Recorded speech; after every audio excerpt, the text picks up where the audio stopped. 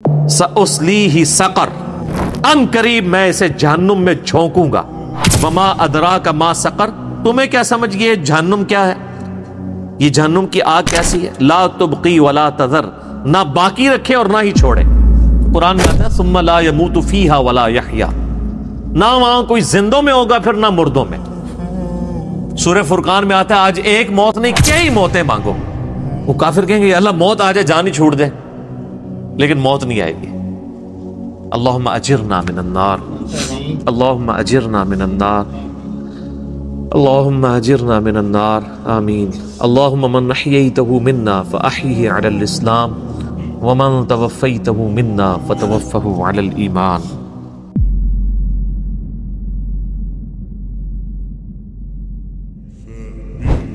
فَإِذَا نُقِرَ فِي النَّاقُورِ، اور پھر جب سور پھونکا جائے گا، فَذَلِكَ يَوْمَئِذٍ يَوْمٌ عَسِيرٌ، تو وہ دن بڑا سخت ہوگا۔ عَلَى الْكَافِرِينَ غَيْرُ يَسِيرٌ، کافروں پر آسان نہیں ہوگا۔ ذَرْنِي وَمَنْ خَلَقْتُ وَحِيدًا، یہ بڑی رکت انگیز آیات آ رہی ہے ولید ابن مغیرہ کے بارے میں۔ سیدنا خالد ابن ولید رضی اللہ تعالیٰ عنہ کے جو والد تھے نا، وہ بہت انٹلیکچوئل آدمی تھے، عرب کے ذہین ترین لوگوں میں شمار ہوتے تھے، امیر ترین لوگوں میں ولید ابن مغیرہ۔ شام یعنی طائف کے اندر بھی اور مکے کے اندر بھی ان کے اپنے آپ سمجھ لیں ایسٹس موجود تھے۔ طائف تو اسی طریقے سے جس طرح ہمارے شمالی علاقہ جاتا ہے، وہاں تو برف بھی پڑتی ہے، تو ابھی بھی اس زمانے میں بھی لوگ گرمیاں گزارنے کے لیے وہاں جایا کرتے تھے، آج بھی لوگ جاتے ہیں۔ تو اب یہ ولید بن مغیرہ جو تھا نا، یہ چونکہ ذہین بھی تھا، سمجھدار بھی تھا، بڑا جہاندیدہ بندہ تھا، جیسے ہر یعنی معاشرے میں ایسے انٹیلیجنشیا ہوتا ہے، تو کافروں نے میٹنگ کر کے اس کو لانچ کیا کہ یہ جا کے نا نبی علیہ السلام سے دو ٹوک جا کے بات کریں، کیونکہ آپ علیہ السلام کی دعوت پھیلتی جا رہی ہے، تو کوئی ذہین بندہ بھیجیں مناظرے کے لیے، ٹھیک ہے، جو مناظرہ کرے۔ اب آپ علیہ السلام کے پاس جب وہ آیا، آپ صلی اللہ علیہ وآلہ وسلم سے جب گفتگو شروع ہوئی تو اس نے ہر طرح سے سوال کر کے آپ کو نا چیک کیا۔ تو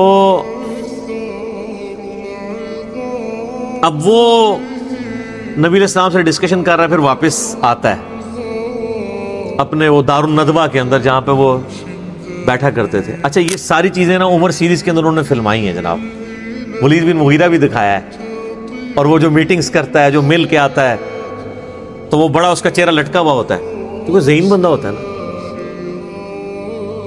اب وہ اس سے پوچھتے ہیں بتاؤ کیا بنا، کیا اس کو ہم جادوگر کے؟ ان کا نہیں، جادوگروں کو میں جانتا ہوں، یہ جادو کلام جادوگروں والا ہے ہی نہیں ہے۔ پھر وہ کہتے ہیں شاعر، ان کا شاعروں کا تو مزاج ہی کچھ اور ہوتا ہے، عشق مشوقی والا ہے۔ اس شخص کا تو پورا کریکٹر ہمارے سامنے ہے، شاعر بھی نہیں ہے۔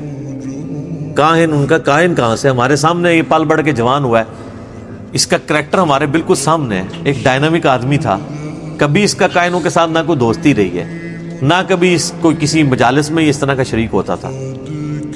تو وہ اچھا اب ان کو لگا کہ گیا جی یہ ولید صاحب بھی گئے نا، تو پھر اس نے بہانے کر کے نا، اس نے کہا زیادہ سے زیادہ کہنا یہ کہہ دو یہ اگلے لوگوں کی سٹوریاں بیان کرتا ہے۔ حالانکہ قرآن میں کیا صرف اگلے لوگوں کے واقعات ہی ہیں؟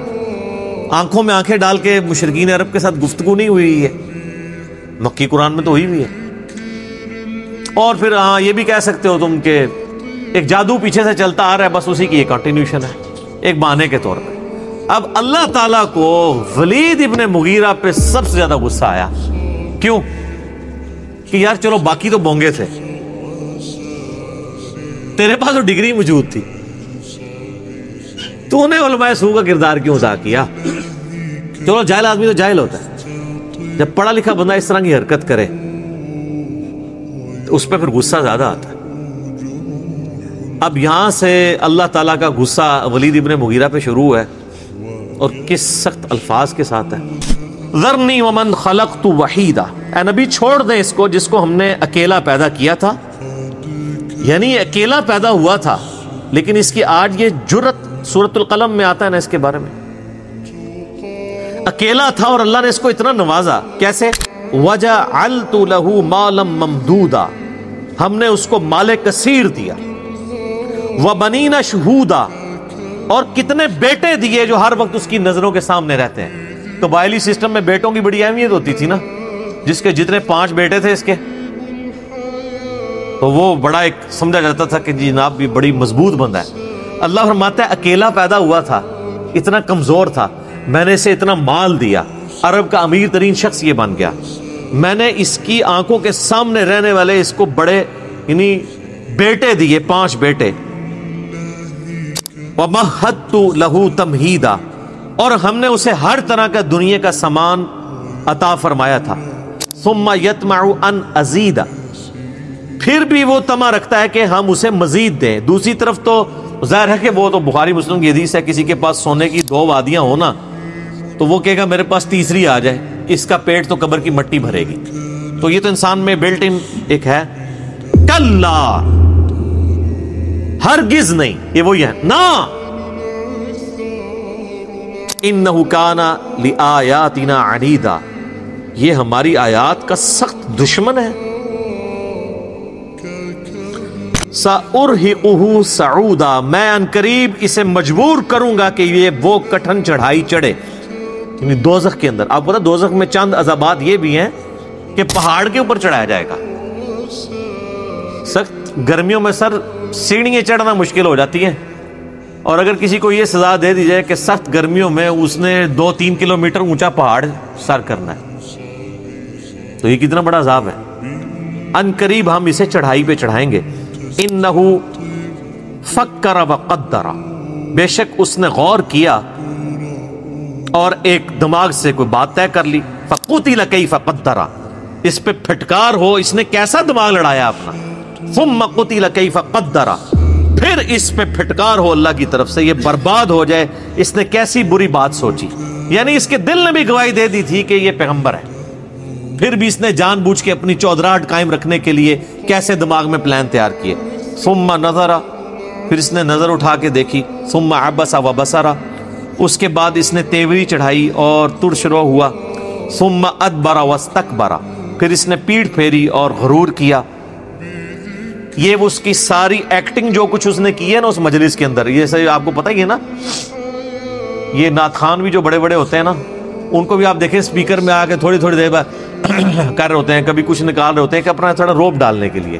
علماء کے ہاں بھی آپ کو نظر آئے گا جو بڑے بڑے ہیں نا, ان کے خاص قسم کے وہ ذرا سا ایسے کرتے ہیں تو ایک ساتھ بندہ رومال لے کے آ جاتا ہے, ٹھیک ہے نا, تھوڑی ایکٹنگ. اور پھر تھوڑا سا کتاب پڑھی ہے تو وہ اینک تھوڑی سی ایسے کر لی ہے, ایسے کر کے سائڈ پہ کر لی ہے, پھر ایسے کر کے ایسے ایسے, یہ جو سٹائل ہوتے ہیں نا صرف اپنا علمی روپ جھاڑنے کے لیے. یہ سارے کام وہ بھی کر رہا تھا تو اللہ تعالیٰ نے اس کو نقل کیا ہے کہ کبھی یوں کرتا ہے, یہ دیکھتا ہے, جیسے بڑا کو بڑا فلاسفر ہے ان کو بڑی بڑی گال کر لگا دیا, وہ کڈی کے گال ہے انہیں, وہ دیکھ لو تسی. فقال ان هذا الا سحر یؤثر, ہاں یہ کہہ سکتے ہو یہ جادو ہے جو پچھڑوں سے چلتا آ رہا ہے. ان هذا الا قول البشر, یہ تو نہیں ہے مگر ایک انسان کا ہی کلام ہے. سأصلیہ سقر, ان قریب میں اسے جہنم میں جھونکوں گا. وما ادراک ما سقر, تمہیں کیا سمجھ گئے جہنم کیا ہے, یہ جہنم کی آگ کیسی ہے. لا تبقی ولا تذر, نہ باقی رکھے اور نہ ہی چھوڑے. قرآن میں آتا ہے ثم لا يموت فیہا ولا یحیا, نہ وہاں کوئی زندوں میں ہوگا پھر نہ مردوں میں. سورہ فرقان میں آتا ہے آج ایک موت نہیں کئی موتیں مانگو. وہ کافر کہیں گے اللہ موت آ جائے جان ہی چھوڑ دے, لیکن موت نہیں آئے گی. اللہم اجرنا من النار, اللہم اجرنا من النار, اللہم اجرنا من النار, آمین. اللہم من احییتہ منا فاحیہ علی الاسلام ومن توفیتہ منا فتوفہ علی الایمان. لواحۃ للبشر, جھلسا دینے والی ہے وہ آگ آدمی کی کھال کو. علیہا 19, اور اس آگ پہ 19 فرشتے مقرر ہیں. وما جعلنا اصحاب النار الا ملائکہ, ہم نے جو بندے مقرر کیے ہیں یعنی 19 بندے دوزخ کے اوپر, وہ نہیں ہیں مگر فرشتے. وما جعلنا عدتهم الا فتنة للذین کفروا, اور جو اس کی تعداد ہے نا فرشتوں کی 19، یہ کافروں کے لیے فتنہ بن گئی. فتنہ سے مراد آزمائش، کہ وہ 19 سن کے تو مگر پہ گئے. انہوں نے کہا 19 تو خیر ہے، ایک بندے نے کہا 5 میں سنبھال لاں گا، دوسرے نے کہا 8-9 میں سنبھال لاں گا، تکی جائے گی 19 سے تو کیا ہے. تو اللہ فرماتا ہے یہ آزمائش بن گئی 19 کا عدد. ان کو یہ پتہ ہی نہیں ہے کہ فرشتہ ایک کیا فرشتہ نہ بھی ہو، وہ تو اللہ تعالیٰ کی طرف سے عذاب مسلط ہے، وہ کوئی ٹال سکتا ہے. یار سخت گرمیوں کے اندر بھی اگر کسی کو ملیریا ہو جائے، 2-3 رضائیاں بھی اڑا دیں، اس کی ٹھنڈ نہیں ختم ہوتی، حالانکہ باہر گرمی ہوتی ہے. اللہ تعالیٰ بغیر کچھ کیے بھی کسی کے جسم پہ بھی ایسی حالت طاری کر سکتا ہے کہ اسے گرمیوں میں جون جولائی میں بھی ٹھنڈ لگنی شروع ہو جائے. اللہ تعالیٰ کے لیے کوئی فزیکلی عذاب دینا ضروری نہیں ہے، انٹلیکچوئل عذاب بھی دے سکتا ہے. سر آپ کے دماغ کا اگر ذرا سا بیلنس بھی ڈسٹرب ہو جائے، آپ اپنا پیشاب بھی نہیں روک سکتے. انسان کی تو کسی وقت بھی وہ آپ کہیں گے کہیں سے بھی کوئی معاملہ ڈسٹرب ہو جائے ہارمونز، تو بیڑا غرق ہو جاتا ہے. تو وہ اللہ فرماتا ہے ہم نے 19 کے عدد کو ان کے لیے فتنہ بنا دیا. یستیقن الذین اوتوا الکتاب، یہ ہم نے 19 کا عدد اس لیے بیان کیا تاکہ جو کتاب دیے گئے ہیں یعنی اہل کتاب، ان کو یہ یقین آ جائے، کیونکہ ان کے ہی جو بھی کتابوں میں یہ چلتا آ رہا تھا کہ دوزخ پہ 19 فرشتے ہیں، تو اس سے ان کو بھی ایک میسج مل جائے کہ یہ اللہ کی طرف سے ڈیوائن کلام ہے. وَيَزْدَادَ الَّذِينَ آمَنُوا ایمانا، اور ایمان بڑھ جائے، اہل ایمان کا ایمان بڑھ جائے. اللہ تعالیٰ کی طرف سے یہ غیبی خبر. وَلَا يَرْتَابَ الَّذِينَ أُوتُوا الْكِتَابَ وَالْمُؤْمِنُونَ، اور نہ شک میں مبتلا ہوں اہل کتاب اور مومن.